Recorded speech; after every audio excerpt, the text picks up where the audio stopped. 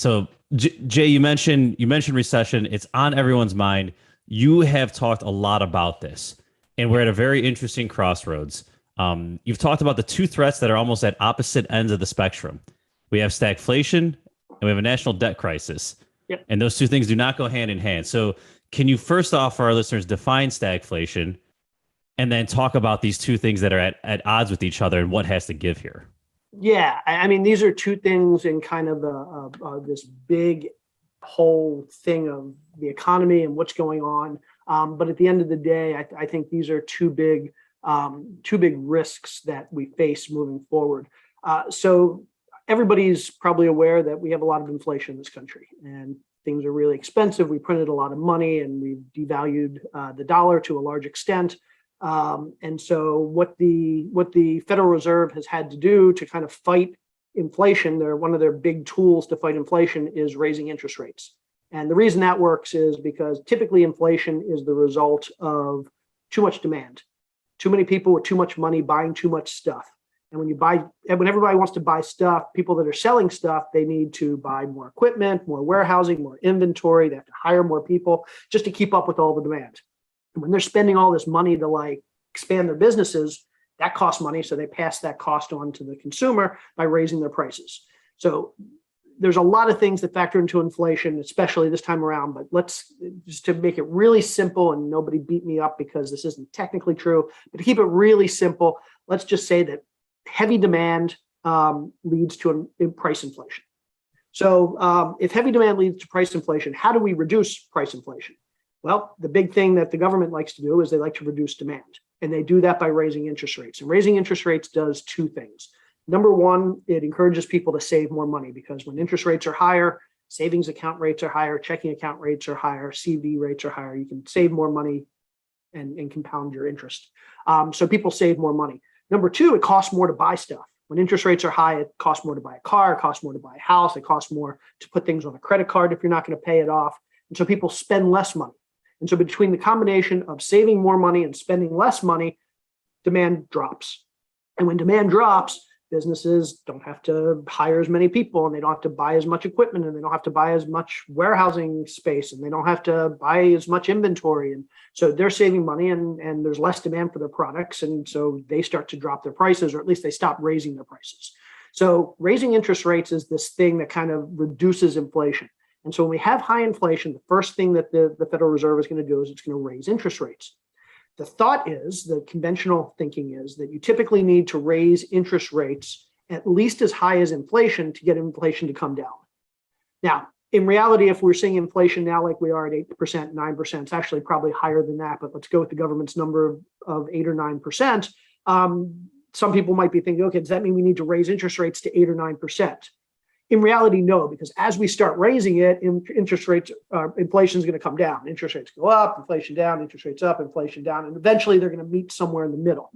Now, the question is, where is that in the middle? Is it 3% interest rates? Is it 5% interest rates? Is it 7% interest rates? We don't know. And so what the Federal Reserve is doing at this point is they're slowly raising interest rates, hoping that inflation will come down and hoping that we can figure out where that middle point is. And then if we raise rates a little bit higher than that, that should push inflation down. But we don't know where that middle point is.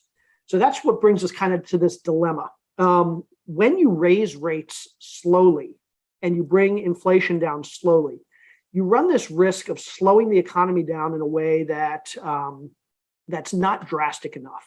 If we just raised rates to 15% right now, like back in the early 80s when we saw massive inflation from the 70s, Federal Reserve literally raised rates to 20%.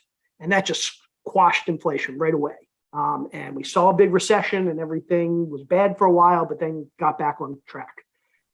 And so one strategy is you just raise rates really quickly, you purposely cause a recession, everything crashes, and then we get back on track. The other way to do it is that you raise rates slowly, and you kind of step at a time, and you hope to bring inflation down a little bit. But the problem is, if that doesn't go as planned, you run this risk of getting into this downward spiral where rates are going up, rates are high, inflation's coming down, but inflation's still high. So now you have high rates and high inflation. And you basically get in this situation where you have high inflation, but you also have essentially a recession. So people have stopped spending money, and people, like, businesses aren't doing well. So businesses start laying people off, unemployment goes up, and basically the economy goes into the tank. Everything's bad, but we still have high inflation. In the situation where you have high inflation along with a bad economy, that's what we call stagflation. It's kind of the worst of both worlds. Inflation's bad, but if you have a good economy along with it, not horrible. If you have low inflation and a bad economy, not good, but not horrible.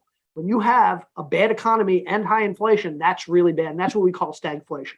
So a lot of people say, okay, well, if the risk is stagflation, the reason why I don't like stagflation is because, again, it gets into a spiral that can take years or decades to get out of. It's not easy to get out of a stagflationary environment. It's easy to get out of inflation by just hiking rates really quick. But stagflation is one of these problems that economists haven't really been able to figure out how to solve quickly and easily. So one risk we have now is we raise rates slowly and potentially we get into this downward spiral. So people are saying, well, let's raise rates a little bit faster. Let's raise rates to 6, 7, 8%. That'll quash inflation really quickly. Yeah, we'll have a recession, but in a year or two, we'll be out of it. The problem with raising rates quickly is when you raise rates, these aren't just rates that apply. Interest rates don't just apply to us as consumers. They apply to the government as well. When the government prints money, when the government issues debt in the form of treasury bills and treasury bonds, they need to pay interest on those. I mean, we all hear this idea of bonds, people buying bonds, governments buying bonds, businesses buying bonds. You pay interest on bonds. And so if the government prints $1 trillion and uses that to raise money, let's say from China, they issue $1 trillion in bonds to China, China's going to expect to be paid interest on buying those bonds. And that interest is at whatever the interest rates are. And so if we raise rates to 7%, all of this debt that the US has created, they're now going to have to start paying interest on that debt at 7%. And we can't afford to do that. We already have too much debt. And if we have to pay 7% interest on all the new interest that we create, what we're going to find is that we need to print money just to pay our interest. And then we get into this other spiral, this snowball, where you're printing money to pay the interest, and now you have to pay interest on that money, and interest on that money, and interest on that money. So we're coming into this situation where we have two choices. We can raise interest rates slowly to kill inflation. We run the risk of stagflation, or we can raise rates quickly to kill inflation, and we run the risk of getting into this debt spiral where we have to print money to pay off all our debt. And so there's really no good solution for the Federal Reserve right now. They're going after the first. They're going after the raise rates slowly, and hopefully we won't get into this stagflation situation. So far we haven't, but we won't know probably for another 6 to 12 months what's going to happen. Is inflation going to come down? Is it not going to come down? Came down a little bit last month, but not a lot. So we just don't know at this point.